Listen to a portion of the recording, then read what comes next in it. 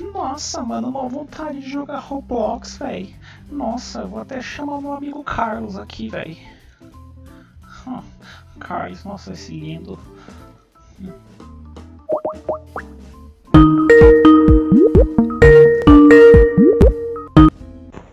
Opa, e aí, mano, Carlos?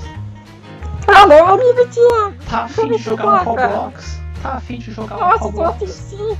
Caramba, vamos lançar aquela gameplayzinha envolvente. Opa, meu, bora. É um negocinho cativante, meu. Bora, bora, bora!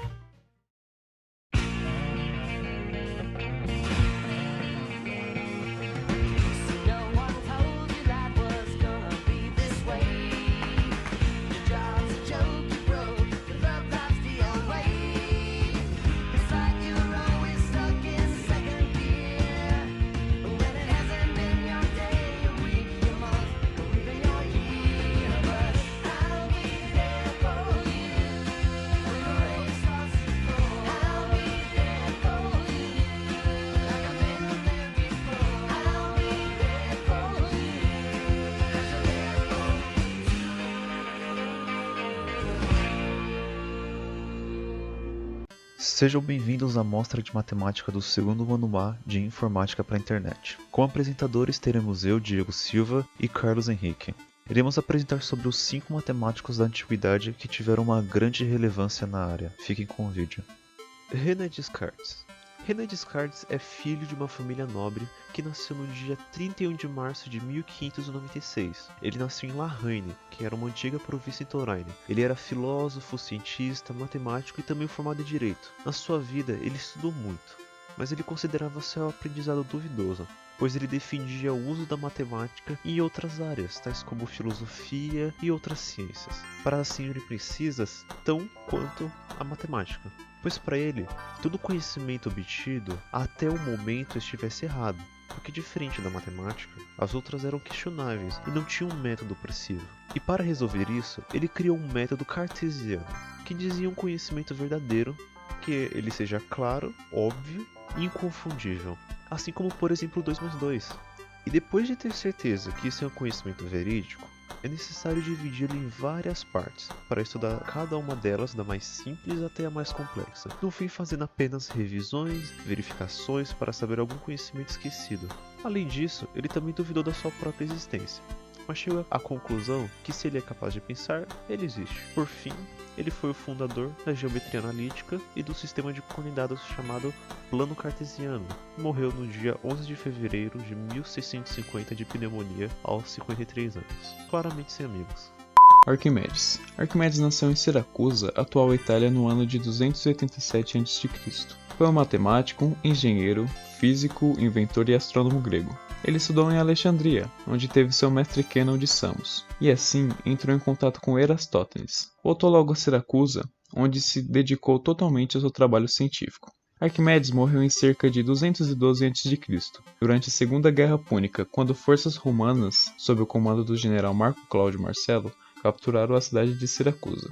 Dentre suas descobertas matemáticas estão os teoremas fundamentais sobre a geometria dos círculos, cones, cilindros, planos, esferas e parábolas. Arquimedes também teve grande importância nas explicações de alguns mecanismos. Um exemplo é o funcionamento da alavanca. Além das contribuições científicas, Arquimedes também foi o inventor das armas bélicas. Uma das suas maiores descobertas foi o princípio de Arquimedes, que dizia basicamente que todo o corpo mergulhado num fluido recebe um impulso de baixo para cima igual ao peso do volume do fluido deslocado.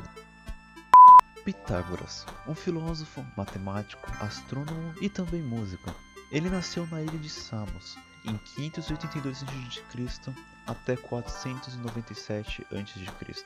E quando ele completou 16 anos, ele foi enviado por Tales, um grande estudioso. Tales ensinou a Pitágoras tudo o que ele sabia, e depois ele passou a estudar as descobertas feitas por seu aluno. Mais tarde, ele viajou por diversos lugares em busca da sabedoria até chegar ao Egito, e ficar lá por 20 anos. Depois Pitágoras voltou a Samos, querendo abrir uma escola, mas ele teve que lecionar os filhos de aristocratas e mais tarde ele abre uma escola com foco em matemática, política, religião e filosofia. Na sua escola, Pitágoras dizia que tudo existente poderia ser expressado por um número, e assim seus alunos foram os primeiros a estudar geometria pura. O Teorema de Pitágoras é uma de suas principais descobertas, onde diz que um triângulo retângulo, o quadrado da hipotenusa é igual à soma dos quadrados dos catetos, ou seja, A ao quadrado igual a B ao quadrado mais C ao quadrado. Em 15 de abril de 1707, em Basileia, na Suíça, nasceu um garotinho chamado Leonhard Euler, que fora educado pelo seu pai sobre os conceitos básicos da matemática desde muito novo. Poucos anos depois, passou a ter um professor particular, assim aprimorando seu conhecimento sobre o assunto. Quando mais velho, passou a estudar teologia por incentivo da família, apesar de ele não gostar muito disso. Claramente um rapaz satânico. Brincadeira. Então, nas horas vagas, estudava matemática, conhecendo então pessoas no ramo que o garantiram um cargo na Academia de Ciências de São Petersburgo, iniciando seu trajeto, depois virando professor de física e mais à frente de matemática. Além disso, também foi professor da Academia de Berlim por 25 anos, tornando-se diretor da seção de matemática do local, e ao mesmo tempo lecionava aulas de física para uma princesa da Alemanha, que foram explícitas em Cartas a uma Princesa da Alemanha. Finalizando, Euler escreveu mais de 200 artigos, fez 3 livros sobre análise matemática, fundou a geometria diferencial, desenvolveu métodos de algoritmo para prever as fases da Lua, introduziu o uso do seno e do cosseno, como também iniciou a função gama. A analogia entre o cálculo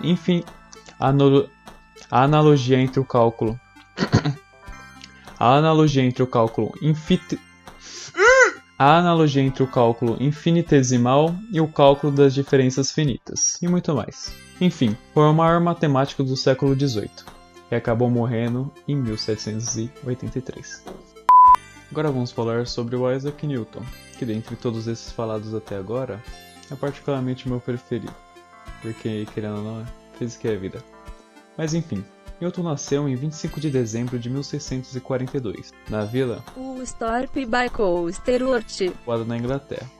Foi físico, matemático, filósofo e alquimista. Vale lembrar que ele também foi teólogo e astrônomo, uma das maiores mentes da história.